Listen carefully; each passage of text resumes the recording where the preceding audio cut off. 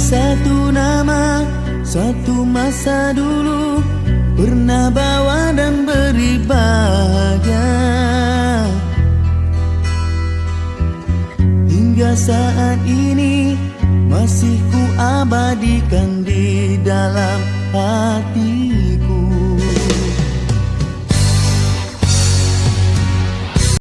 Bismillahirrahmanirrahim. Assalamualaikum warahmatullahi ta'ala wabarakatuh.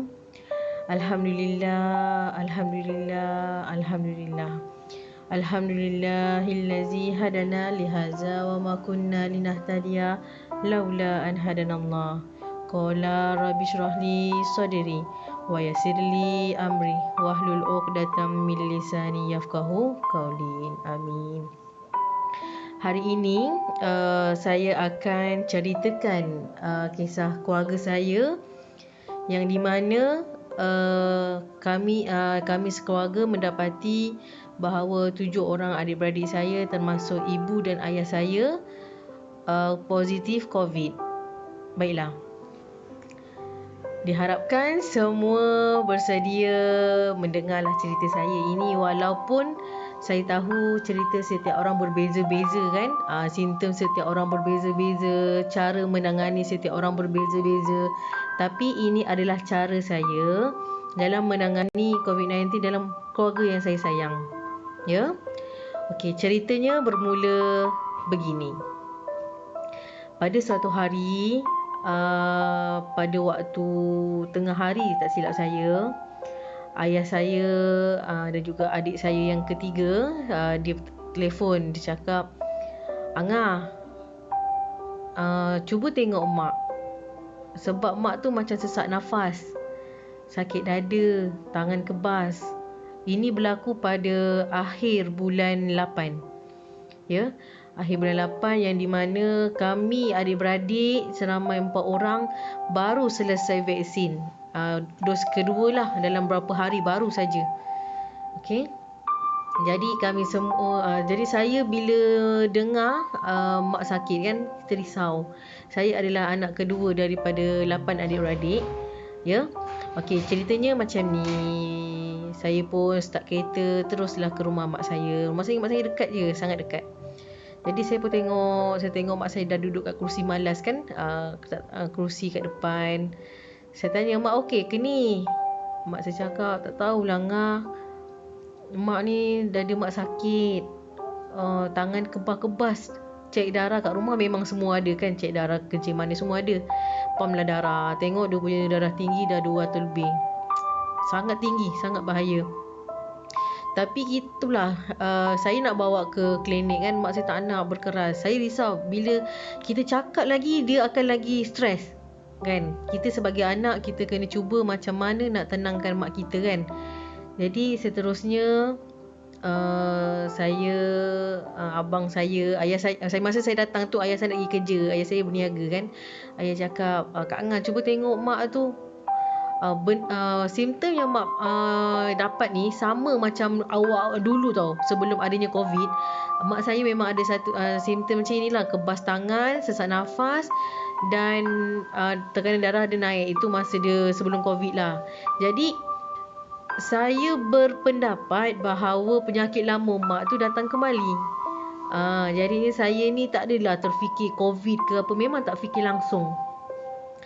Jadi adik saya yang ke-6, Nabiha, dia urut-urut tangan mak saya, bagi jangan kebas. Lepas tu mak saya tarik nafas. Saya datang tu pun berceritalah. Mak saya ni memang suka dengar saya bercerita. Jadi saya pun cerita supaya dia tak fikirkan yang dia tengah sakit. Okey, jadi dia duduk kursi malas. Saya, adik saya yang lain pun ada jugalah duduk tengok mak saya. Lepas tu dalam berapa minit tu dah okey dah, Alhamdulillah, lega kan, dah okey.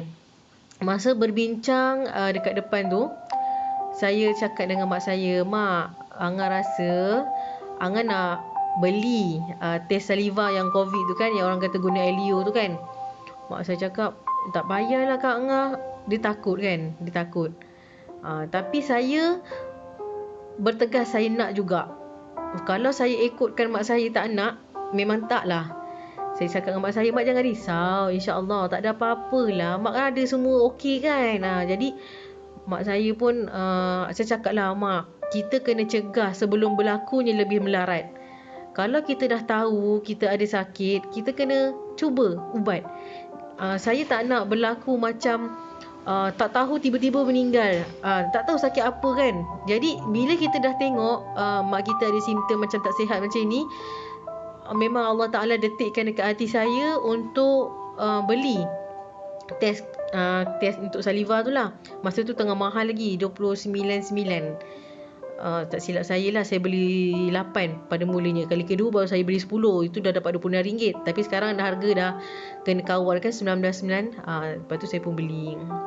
Saya dapat malam tu, tapi saya tak buat lah malam tu sebab saya nak bagi mak saya reda lah kan, tak stres. Jadi saya cakap dengan mak, relax, malam ni rehat.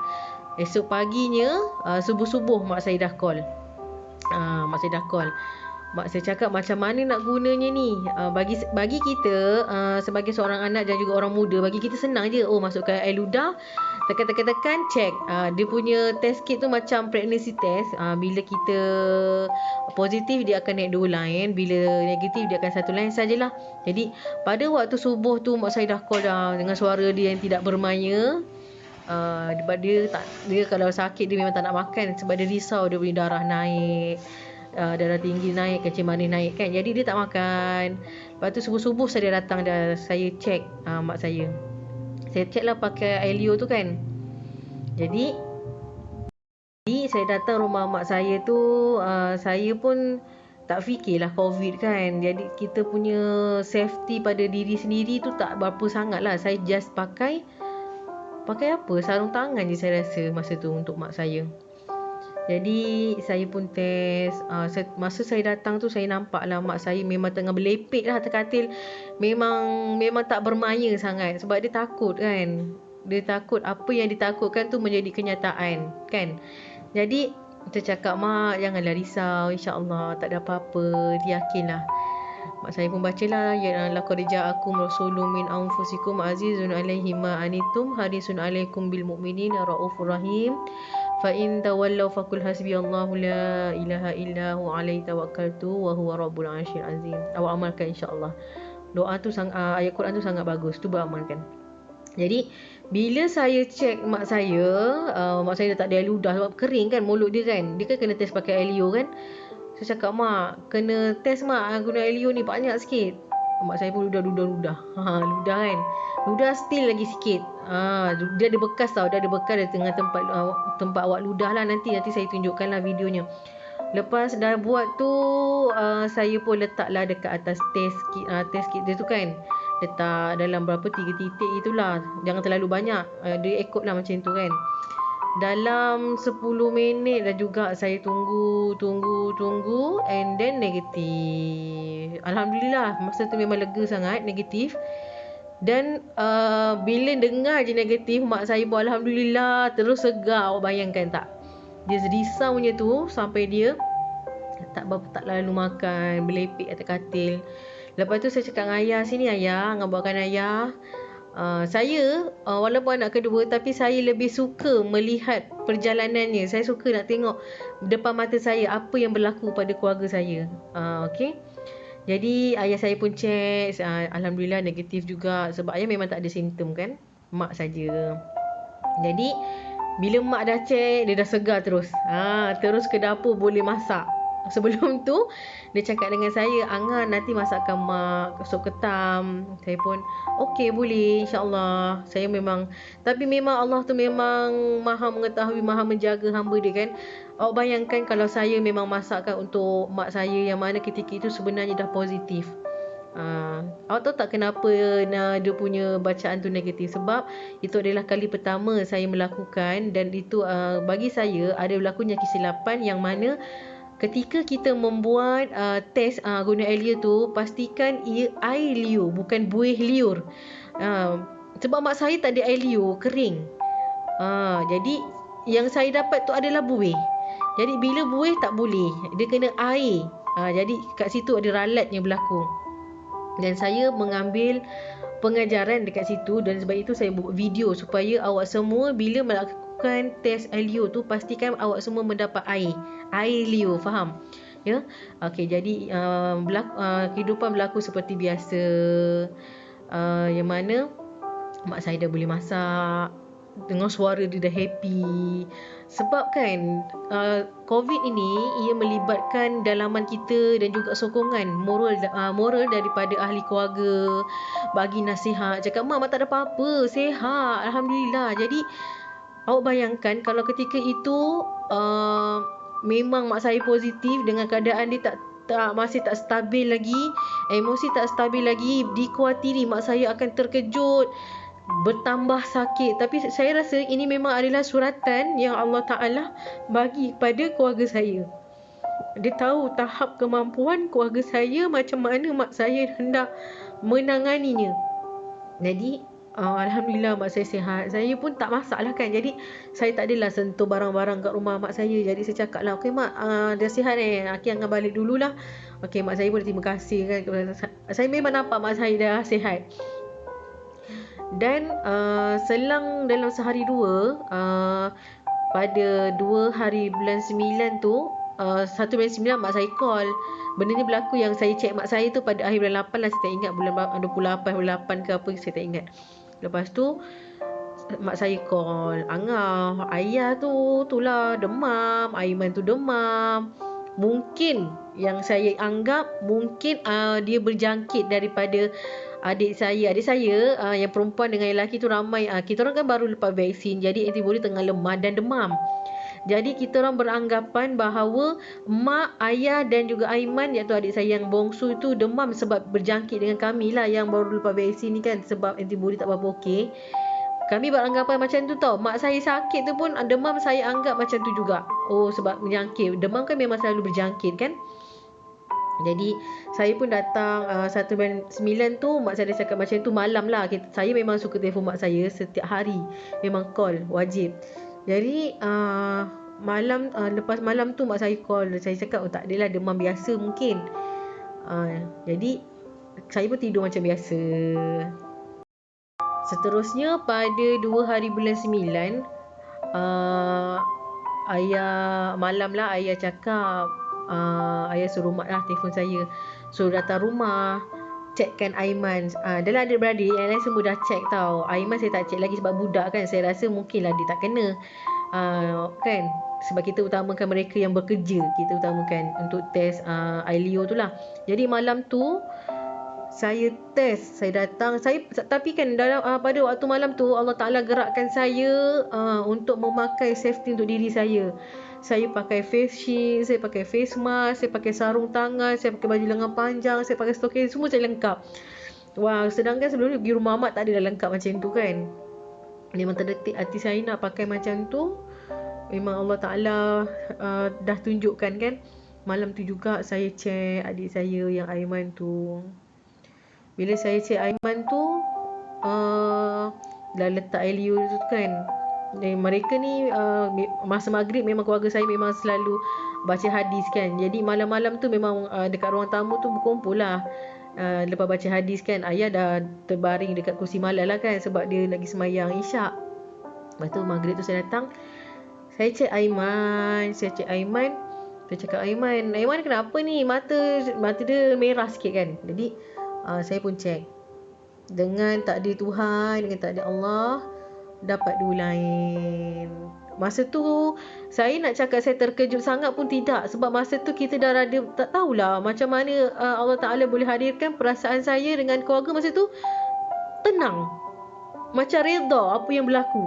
Jadi cumanya Aiman lah, budak kan, dia menangis. Saya cakap, kat mana Aiman dapat ni, kat mana kan, sebab kita ni adik kan, baru darjah 6 tak silap saya, adik saya betul lah, darjah 6. Jadi dia nangis, macam mana adik dapat. Dia cuma risau masa tu, siapa nak kuarantin dengan Aiman. Kalau dia kena angkat macam mana, siapa nak uruskan dia. Bayangkanlah, itu baru darjah 6. Tapi kalau awak semua ada anak-anak kecil, bayangkanlah macam mana anak-anak kita kena angkat kan, kena bawa ke pusat kuarantin. Jadi ditakdirkan Tuhan, ayah saya pun balik daripada masjid sembahyang isyak. Saya cakap dengan ayah, Angah tengok ayah ni mata merah. Macam tak sihat ni, demam ni. Sebab dia nampak tau, mata dia merah sangat. Dengan bila dia merah sampai ke muka, sampai ke leher tau, ayah saya merah. Jadinya ayah saya cakap, ayah sini ayah, Angah cek air liur ayah. Bila cek air liur ayah ni, dengan cepat naik 2 lain yang positif. Kalau Aiman tadi satu cair satu pekat, bila dah lama baru pekat. Kalau ayah yang bawah tu terus pekat. Jadi 2 lain terus. Lepas tu saya cakap dengan ayah positif ni ayah. Cakap, ayah saya macam terdiam kau. Lepas tu ayah cakap, tak apalah ayah Redha, dah berlaku, kita nak buat macam mana kan. Jadi malam tu juga saya cakap dengan adik-adik saya yang lain, tolong kuarantinkan ayah dengan Aiman dekat bilik depan. Alhamdulillah bilik depan tu memang ada bilik air kan.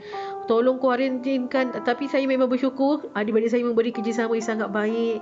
Ambilkan baju ayah, ambilkan baju Aiman, tuala, semua sidai baju-baju ayah yang dah guna. Malam tu juga kita orang terus masuk dalam mesin, terus sanitize rumah terus. Sebab dalam rumah tu ada 7 orang.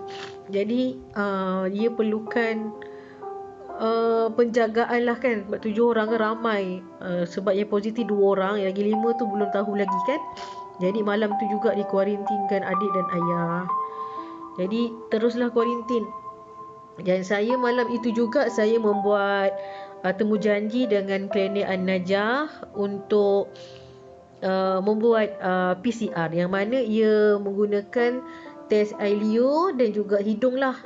Saya tak nak RTK, saya nak PCR untuk lebih tepat. Jadi saya dah buat booking, yang mana satu orang 200, jadi 400 lah dia booking yang okey. Jadi malam tu memang tak boleh tidur, sangat-sangat takut. Memang tak boleh tidur, tambah lagi dengan hujan yang sangat lebat. Macam tahu macam mana perasaan kami satu keluarga.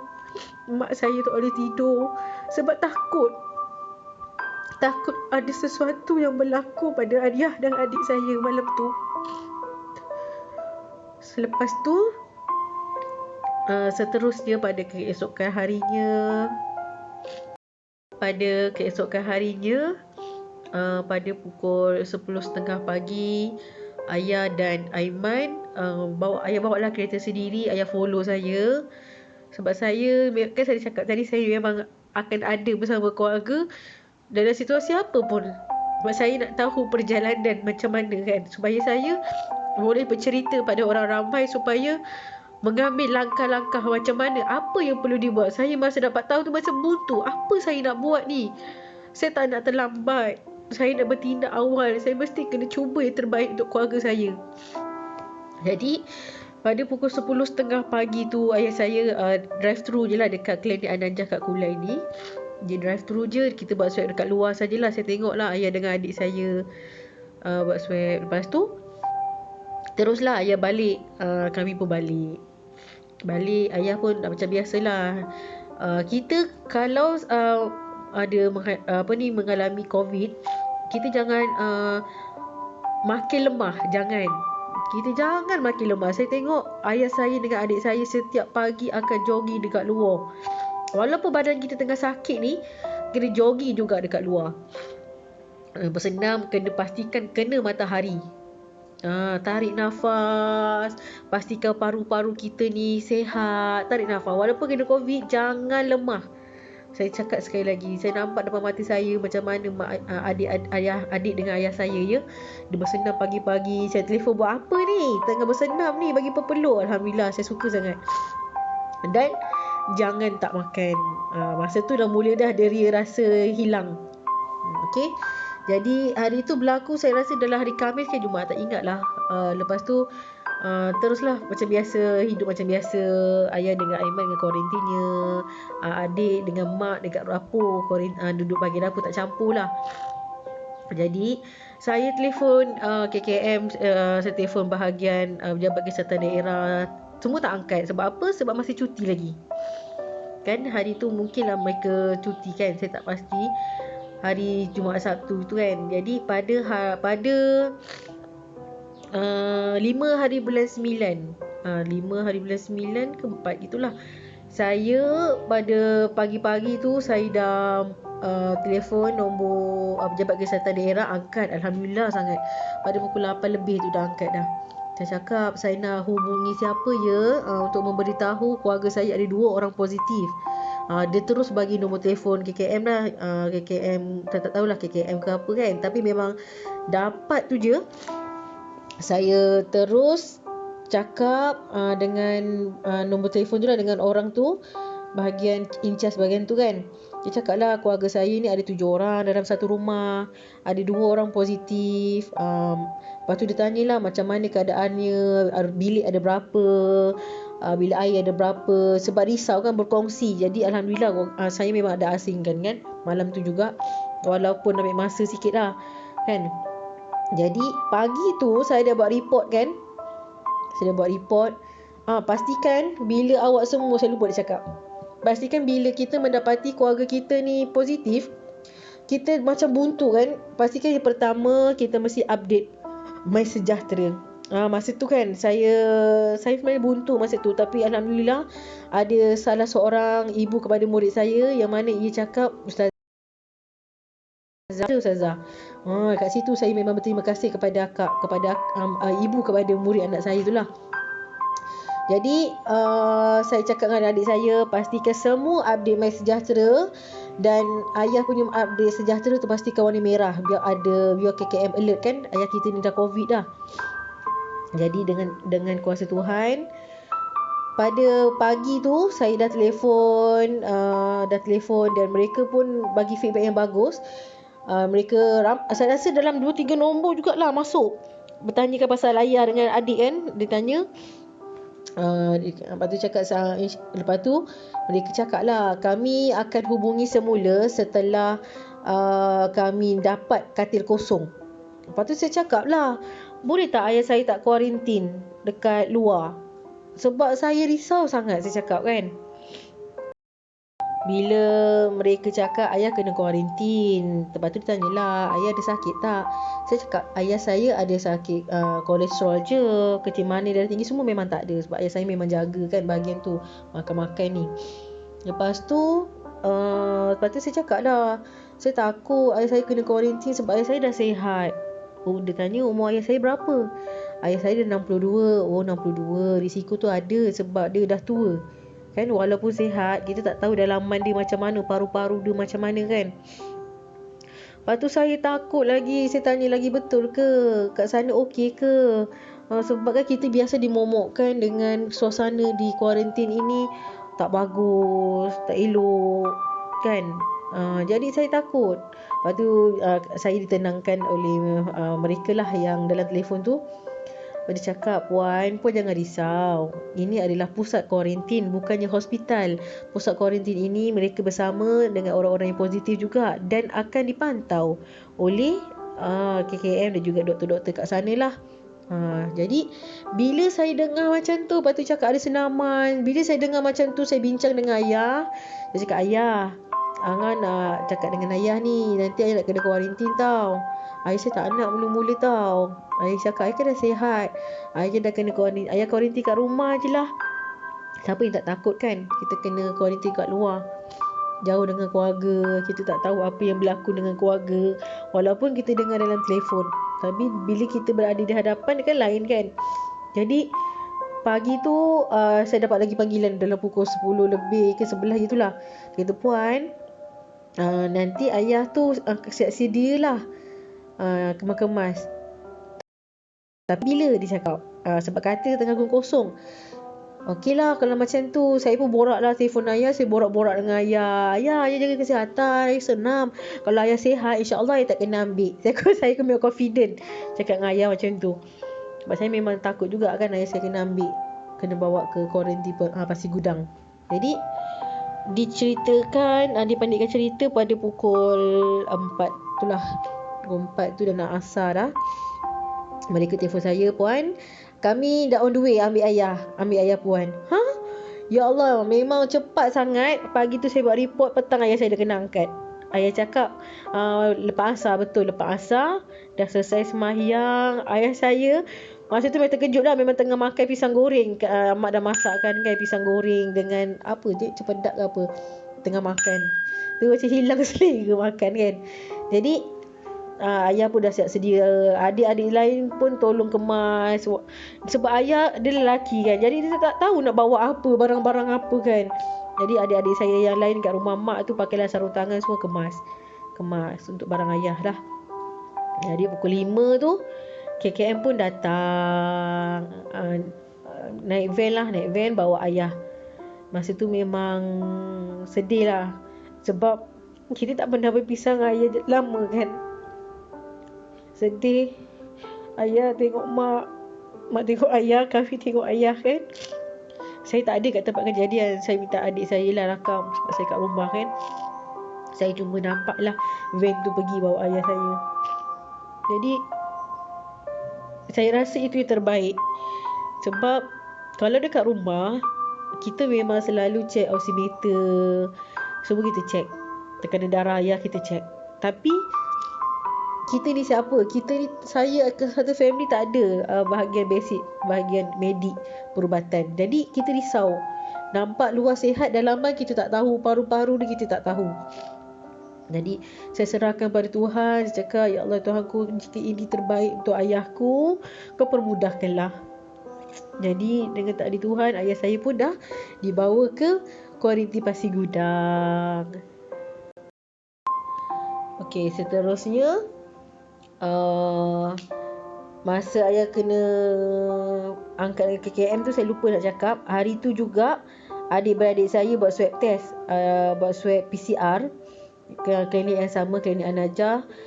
Jadi dalam rumah tu 5 orang. Jadi 5 darab 2 RM1,000 jugalah kita orang keluarkan untuk kita orang pergi swasta kan, sebab nak cepat. InsyaAllah Allah akan ganti lagi baik kan. Jadi keputusan adik-beradik saya keluar keesokan harinya selepas ayah yang dah berada dekat KKM lah, dekat pusat kuarantin kan. Yang Aiman tu memang kita kuarantin. Saya cakap lah, adik saya ni saya kuarantinkan kat rumah lah sebab dia budak lagi kan. Nanti mak saya jagalah bagi makan semua kan. Ditakdirkan Tuhan, dipendekkan cerita, keluarlah keputusan pada keesokan harinya pada pukul 4 lebih lah. Masa tu saya baru bangun tidur tau. Baru bangun sebab nak sembahyang asar kan.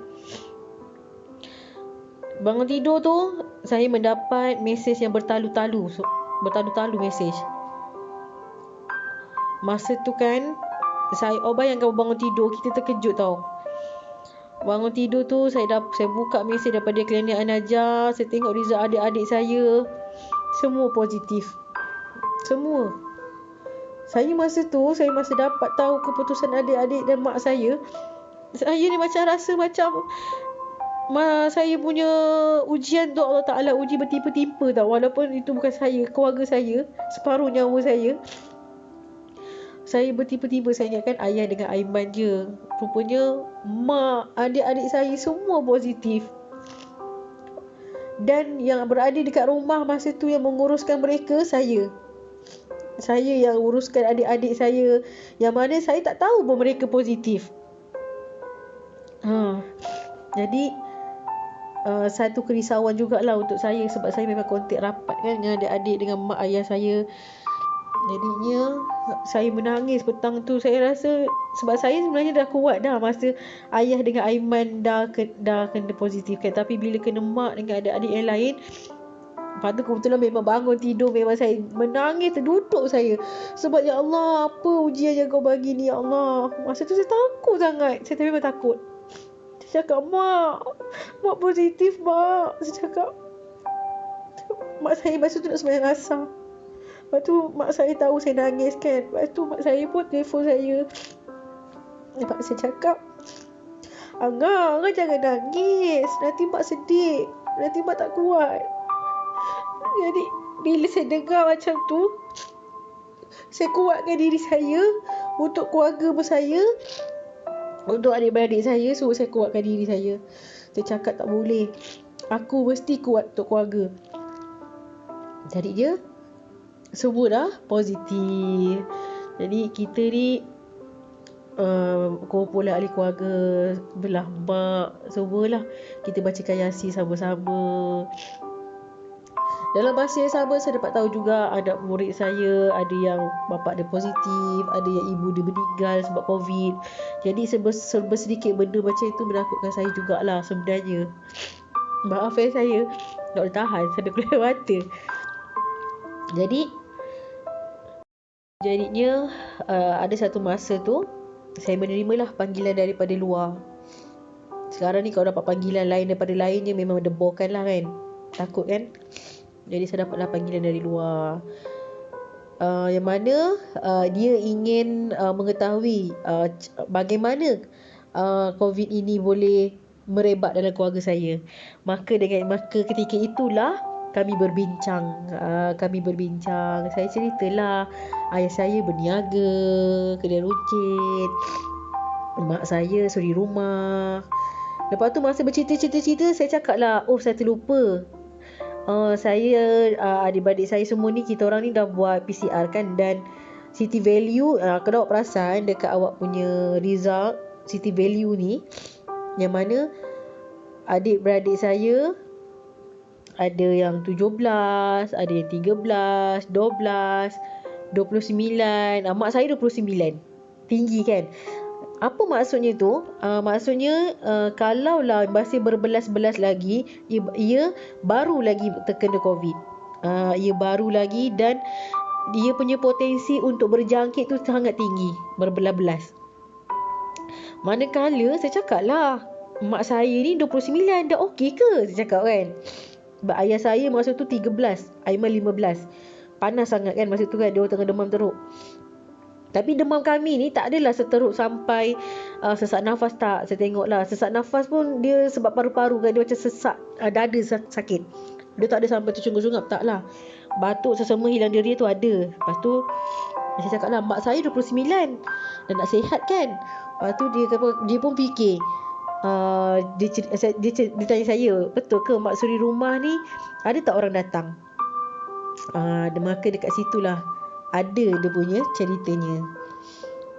Dekat situ bila kita baca city value mak saya tinggi 29, itu bermakna mak saya ni dah lama kena.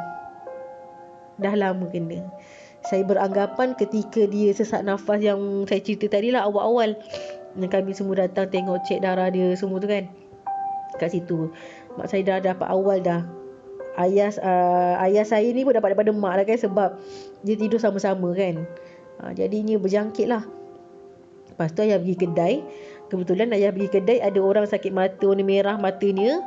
Itulah agaknya kalah kat ayah. Ayah pun mata merah sekali. Jadi bincang-bincang, dia cakap, kat sini kita dapat lihat lah pembawanya ialah ibu kesayangan saya. Pembawanya sebab dia dah 29. Sebab kan, ingatkan dia dah sihat tau. Sebab dia dah ada diri rasa, dia dah baik demam. Sebab masa dapat tahu yang dia sakit tu, dia cepat-cepat makan ubat, cepat-cepat makan lemon, cepat-cepat hidu cengkeh, cuka, semua dia buat. Sebab tu saya cakap, bila kita mengalami simptom-simptom macam ni, kita kena terus bertindak. Makan ubat terus, lawan. Awak jangan demam, tak larat, nak baring, jangan. Lawan. Okey, gitulah. Jadi puncanya di situ rupanya bermula daripada mak saya.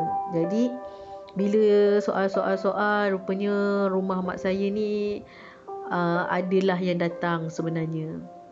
Yang datang tu saya tak ada menuduh mana-mana pihak, cumanya kita ni mengambil pengajaran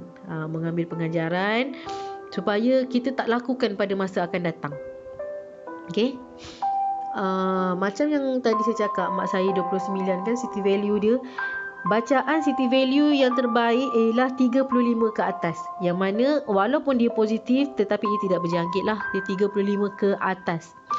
Ya, macam mak saya 29 masih berjangkit lagi lah kalau kita sentuh barang dia ke apa kan. Jadinya lepas berbincang tu, rupanya ada yang datang. Saya tanya mak saya, rupanya ada yang datang 2 kali.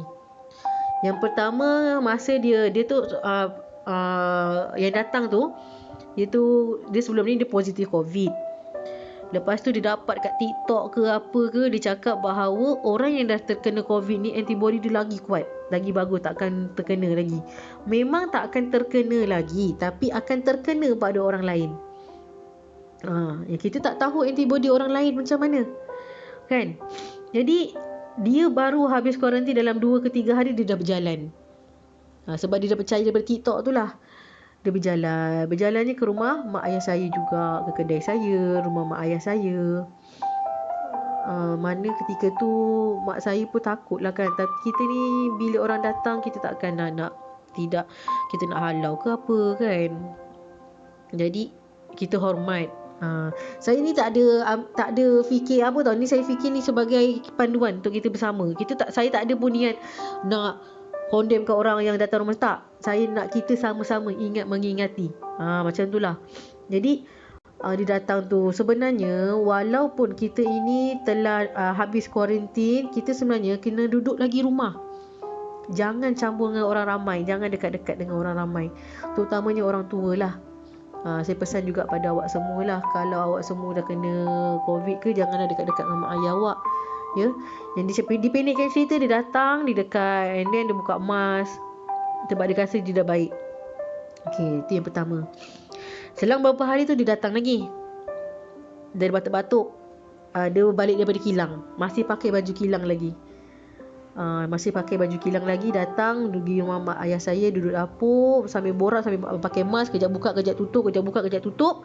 Mak saya mestilah tak pakai mask kan kat rumah. Jadinya bermula di situ, keesokan harinya mak saya pun demam. Jadi apa pengajaran yang kita dapat kat sini? Pengajaran yang kita dapat, walaupun kita ini sudah dikuarantinkan dan sudah diputuskan gelang, elakkan berjumpa dengan orang ramai. Elakkan.